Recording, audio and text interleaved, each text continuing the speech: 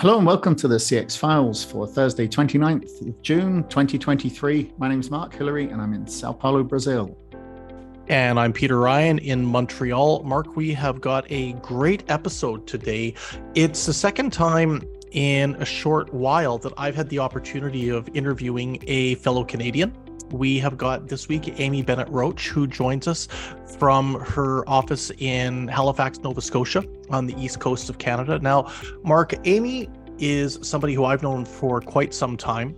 She is part of the leadership at Blue Ocean Contact Centers, which is a leading BPO organization that's headquartered in Halifax. I've been dealing with them for many years now. Truly one of the leading success stories in Canadian outsourcing. As you know, that this is a country where there's been a lot of consolidation.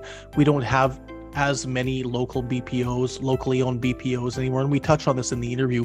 But Blue Ocean is really, I think, disrupting in terms of what they're doing, providing great customer experience to a variety of different clients. And Amy also is the co-host of her own podcast, and she does it on behalf of Blue Ocean. It's called Deep CX, and it's really got a great series of guests who talk about all matters related to customer experience. And we touch on a little bit of what she's been picking up on in her interviews over the course of our chat that you're going to be hearing later on today. Yeah, and I know that you talked a little bit about the future of CX based on some of her own interviews. But one interesting angle was also around smaller BPOs and what can smaller or mid-sized BPOs bring to the table. And I think that this is a really interesting conversation that we're seeing in the industry right now because of all of the different consolidations that are going on. You know, in the last few months, we've seen 6 major BPO brands effectively turn into 3. So that kind of like steers the conversation towards what can the medium-sized guys offer then? It's very true, and we do touch on this in our chat. You know, the reality is that there's definitely a place for small to mid-sized BPO organizations. We know this for a fact. There's so many clients out there that simply aren't going to be able to deal with a mega player or deal with one of the big internationally oriented outsourcing providers that's maybe 2 billion in revenue or more. They're looking for that boutique feel. And I don't like using the term boutique because I think it's a bit of a cliche, but you know what I'm getting at. A lot of executives want to be able to contact their BPO partner and know that they're not just going to be getting a supervisor on the line or an ops manager. They want to be able to get the CEO. They want to know that their business is important. And to that end, this is why we do see a lot of organizations like Blue Ocean Contact Centers actually disrupting in the marketplace right now. Okay, excellent. So why don't we go straight to the interview with Amy Bennet Roach? Let's do it.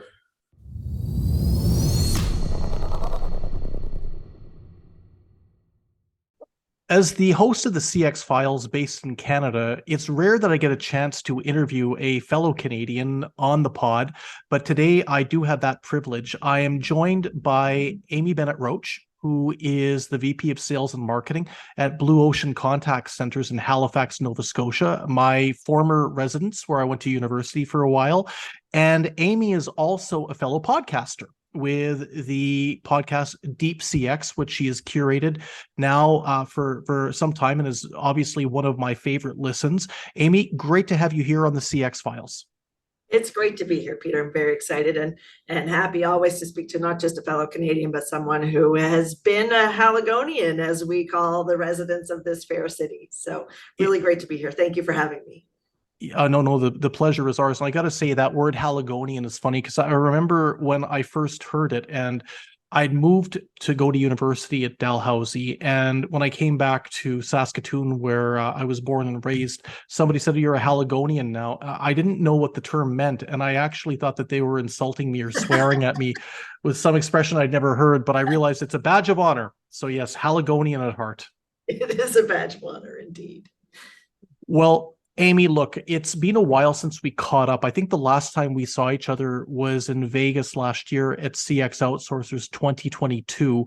And I think one of the things that really struck me about that event was the extent to which you were engaged with the other delegates, with the speakers, with the sponsors. You were somebody who really got, I think, the time and effort, the value out of that experience. And it shows your commitment to the customer experience industry. And obviously, Blue Ocean is one of the longest serving Canadian-born BPOs. I'd like to start out by just asking you to talk a little bit about Blue Ocean Contact Centers. Obviously, I know the company very, very well. We've been associated for quite some time, but maybe if you could give the 40,000 foot view, elevator pitch, boilerplate, whatever we want to call it, we'd love to hear more about it. Sure. So Blue Ocean is, as you said, a Canadian-born and headquartered organization. We've been in business for almost 30 years. Next year will be our 30th anniversary. We've really carved a spot for ourselves in the global outsourcing space by recognizing that we can't be all things to all people. We're a small player, frankly. We have about 1,000 employees, give or take. 80% of them live within an hour of our headquarters in Halifax. But we do have remote employees across the country. So, we're not going to be that 200,000 employee organization. So we're not going to be able to do what they do. So we had to find that sweet spot, and we really are focusing on supporting clients that have complex requirements where they need that well-selected, well-trained, empowered agent to take care of complex issues, and really focused on clients that want that strategic partnership.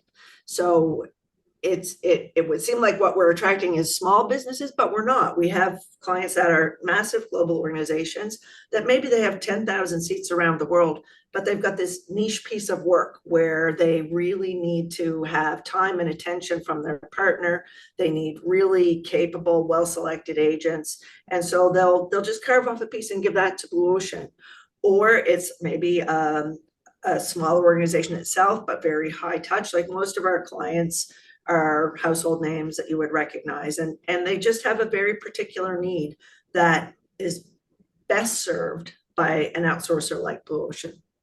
So that's what we do well. What we don't do, we're sort of in the we have a few languages that we focus on, obviously English and French. Being in Canada, you got to have both official languages covered, but we also do Spanish, Portuguese, and then lower volume like German, Italian, some Mandarin, but we're not that huge multilingual solution either. So we're really focused on what we do well. We're able to win top tier clients from the big multinationals when they're looking for that particular kind of experience for their customers and for themselves. Going back to what we were saying about Blue Ocean being a Canadian-born and Canadian-owned company, I remember when I got into this game, there were lots of those types of players. There's not many left right now, and that's in itself sad, but it's also indicative of this consolidation period that we've seen come in peaks and troughs, but really has been consistent, I'd say, over the course of the last decade or so. So I'm curious, what do you see as somebody, part of the leadership at Blue Ocean, part of the leadership at one of the few Canadian-owned BPOs that's still operating successfully? What's the role of a smaller BPO that might be Canadian-owned, that might be playing in the market as a pure play Canadian operator in what I think we can all agree has been, a fairly tight margin environment, as well as one where there's a lot of pressure from this merger and acquisition activity that's been going on for some time? Right. It's so true. And I think what I'm experiencing, particularly in the last sort of 18 months on the sales side, is organizations that are looking for the right cultural fit. And I think they are still out there. I mean, we're engaged in a number of procurement processes right now. Often our prospect is the Canadian arm of a global organization. And so they have their own sort of mini culture within a bigger global organization, and they're looking for that cultural fit. And what that means can be a number of different things. And it's Pride Month, and I'm going to talk about this a lot in this podcast, but, really understanding the role of a corporation in upholding human rights and in walking the talk when it comes to supplier diversity, when it comes to creating a safe space as an employer for people from diverse communities, marginalized communities. And that's something that's really resonating with our prospects that are Canadian organizations or the Canadian arm of a global organization. They're looking for a partner that they trust upholds the same values that they're bringing to the table, and also really understanding the nature of support that a Canadian or North American consumer is looking for. And I think that that's evolving over time for sure. I think that the quality of global outsourcing has become almost undifferentiated, but there is the nature of the experience of what it is like to be a consumer and talk to someone who is in that same market, having that same consumer experience for you. So I think when it's particularly complex, particularly high touch, whether it's a luxury product that represents a really big investment, or whether it's, a technology solution and you're talking to, the IT director of a small business in Canada, something like that. I think that there is a play to be made for alignment from a cultural perspective as partners, and an alignment from what is the service expectation as a consumer in that marketplace. I think one of the things for us that's uniquely positive is we're owned by IMP Group, which is $1 billion a year organization. Yep. So we have this lovely little fortress around us where we get to do unique things because we have this tremendous. IMP is not an outsourced organization. They have a number of different businesses in aerospace and hospitality, all kinds of different verticals. And they let us just run our business. And so we have that financial stability and strength of a big organization, and we have the freedom of a small organization to flex and pivot, to design our employee experience the way we want it, to serve our clients the way we want to. And I think that that's the sweet spot. So going back to something that we mentioned earlier is the fact that you do have a number of different titles that you work under, and one of them is podcast host. So as you think a little bit about what you've been picking up on as you've been recording interviews on Deep CX, I'm curious what's popping out right now in regards to what your guests are bringing to the table, what they're talking about, what they see as the key trends. And if you were to boil that down, what are you picking up as the key trends in CX right now based on these interactions? Well, I will say it's a little bit like if you buy a Volkswagen, all of a sudden you see Volkswagens everywhere. So I sort of bring that bias to the podcast that, one of the things that we always say here at Blue Ocean, and I think it's worth talking about, I'm the new kid on the block in the senior leadership team, and I've been with the company for 12 years.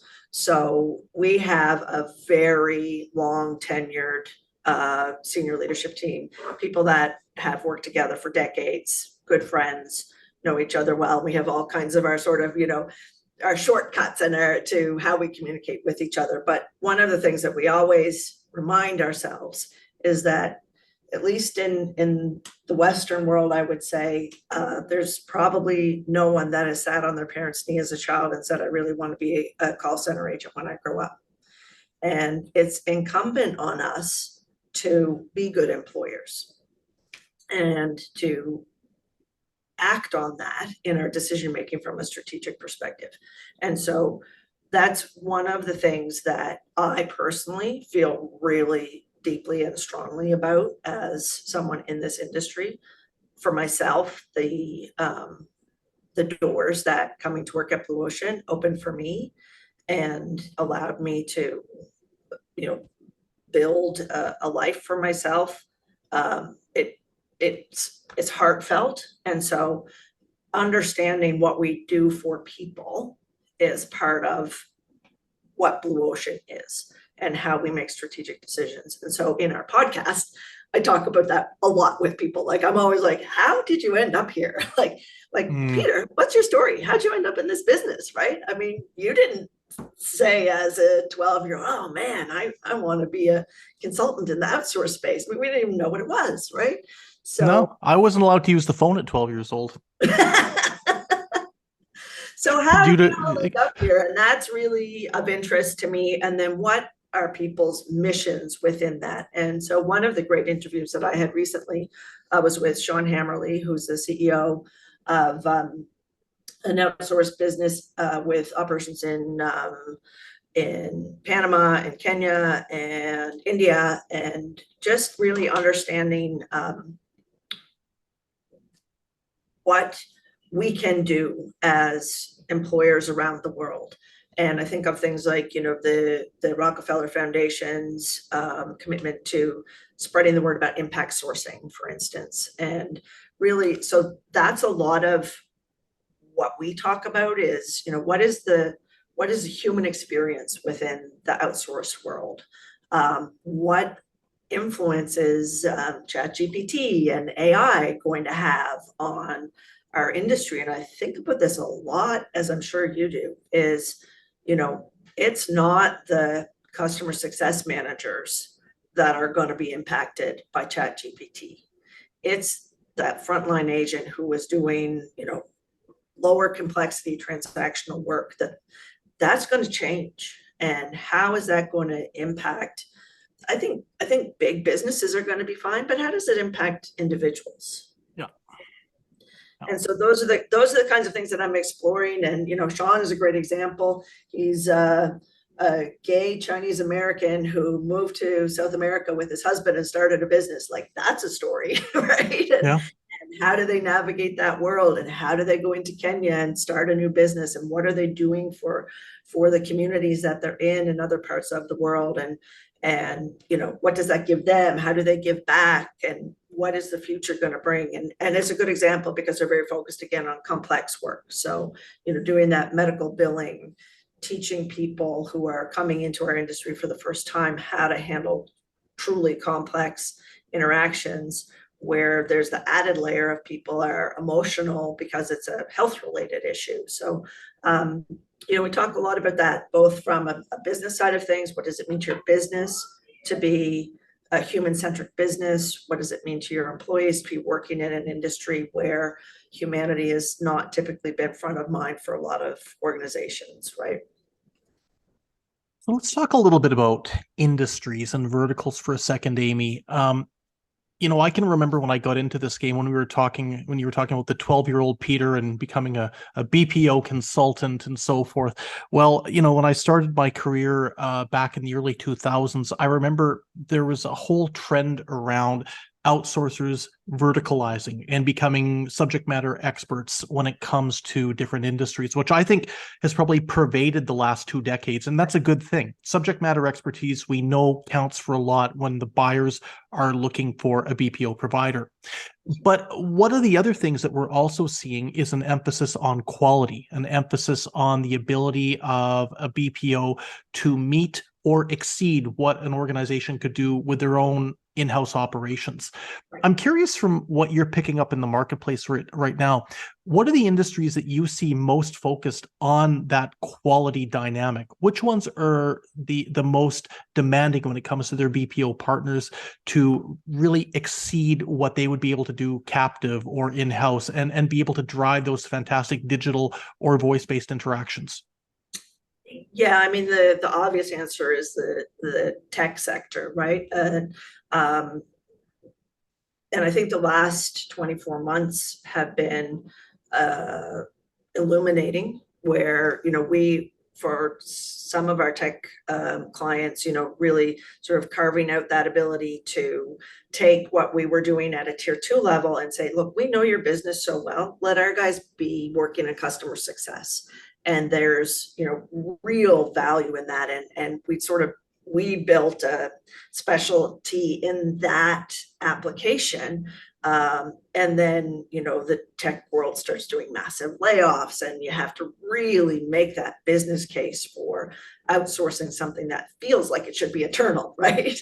And so I think that is something that we're seeing is in the tech sector. It's finding that right balance, right? So it's complex, but it's also high risk because it's a revenue driving role as well, and really understanding that we can take the insight and the management and the efficiency and all of those things, and we can enhance that versus it just being sort of a level up in your internal team. So we're applying all of our contact management practices and expertise to take that role and make it absolutely as big a contributor and as the right balance of value as it can possibly be. So I see that as a really interesting evolution.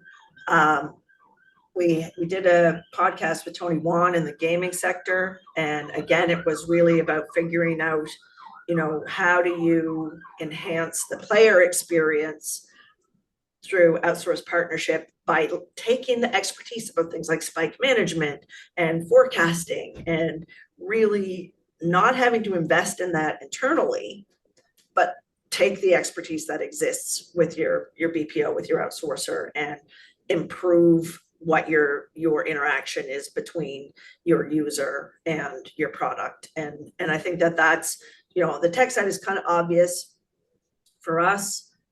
Looking at, on the consumer side of things, it's about creating easy access, right? I mean, it is so easy to switch gears from, you know what, I was shopping brand X, but I had to wait for an hour and it was 4 days before I got an email back. And I think, again, bringing the expertise of contact management, of workforce management, of efficiency and productivity to create the frictionless experience.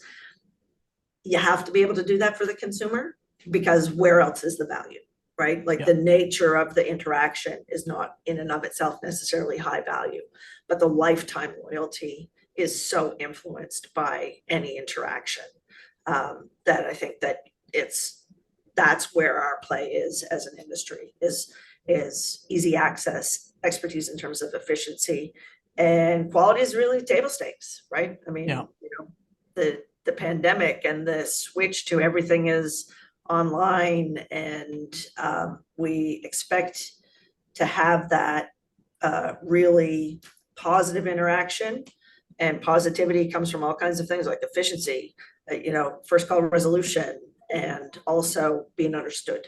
I think that's the value that the outsourcer brings to it. Okay. So last question, Amy, and this one relates to technology, which you alluded to a few minutes ago.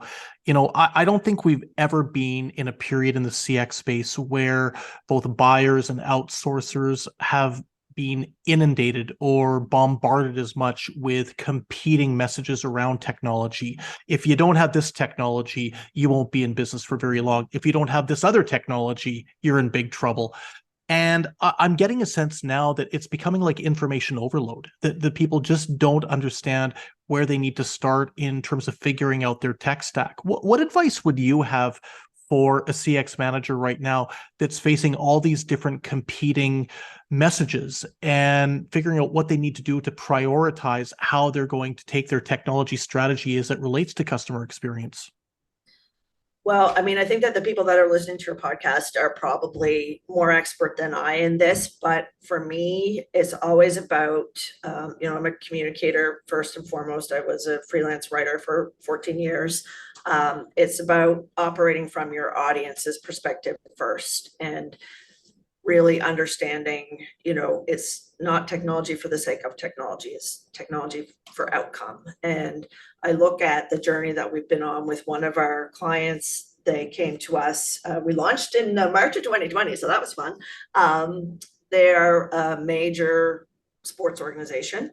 They don't have a huge team. There's about 40 people in their program. And they had embarked on a digital transformation journey. They had been with the same multinational for 21 years, and they went to RFP, and they selected Blue Ocean as their new partner because of that desire to transform. So a couple of things happened. We're building the chatbot solutions. We're trying to find those ways to reduce the inbound contacts, and technology is part of that, but it's a really cool story. So for this organization, the annual rankings for their amateur and professional participants in their sport is a huge call driver. People want to grieve the ranking they've been given, and B, they have an opportunity to self-rank. We 10 times the number of people choosing self-ranking by working at a collaborative level with their web designers, their app designers, their communication team, and their marketing team, and our internal knowledge management team that we provide that service to them. So by looking at the member experience holistically, what are the touch points? How can we make it easier for people to not call the call center? And it wasn't all technology, Peter. It wasn't like, oh, a bot's going to do that for you.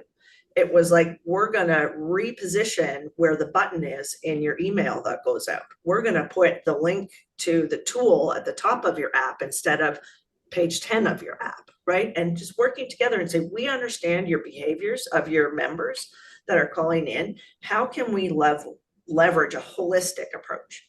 Technology is part of it, but it's there to serve the outcome, which is frictionless experience. Well, on that note, we are going to end this podcast frictionless. I was going to say frictionally, but we'll do it frictionless. Amy Bennet Roach, it is always a pleasure to catch up. I'm sorry that we haven't had the chance to do so on the CX Files until now, but we've kicked things off greatly, and I'm sure we'll have you back on in the not too distant future. But before we go, can you let everybody know where they can access your podcast? Where can they find it? Oh, yes, for sure. So ours is called Deep CX. And on your standard platforms like Spotify, but the easy way to get there is DeepCX on Instagram. So deep_CX, I believe. I hope I have that right. And also blueocean.ca. We are Canadian, so we proudly have that .ca URL, and you can find a link to the podcast quickly and easily there. It's really been a pleasure, and I really appreciate the opportunity to talk to you. And of course, if we were in person, we'd be talking well into the night, I'm sure. I fully expect so. Hopefully in Halifax sooner rather than later. Is the lower deck still open these days? It sure is. Yeah. Oh, well, in that case, it will be sooner, not later.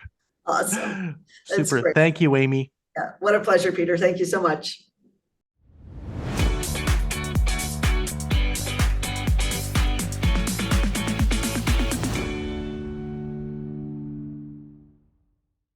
Thanks for listening to the CX Files podcast. We really appreciate your feedback and suggestions. You can reach myself, Mark Hillary, or Peter Ryan via LinkedIn.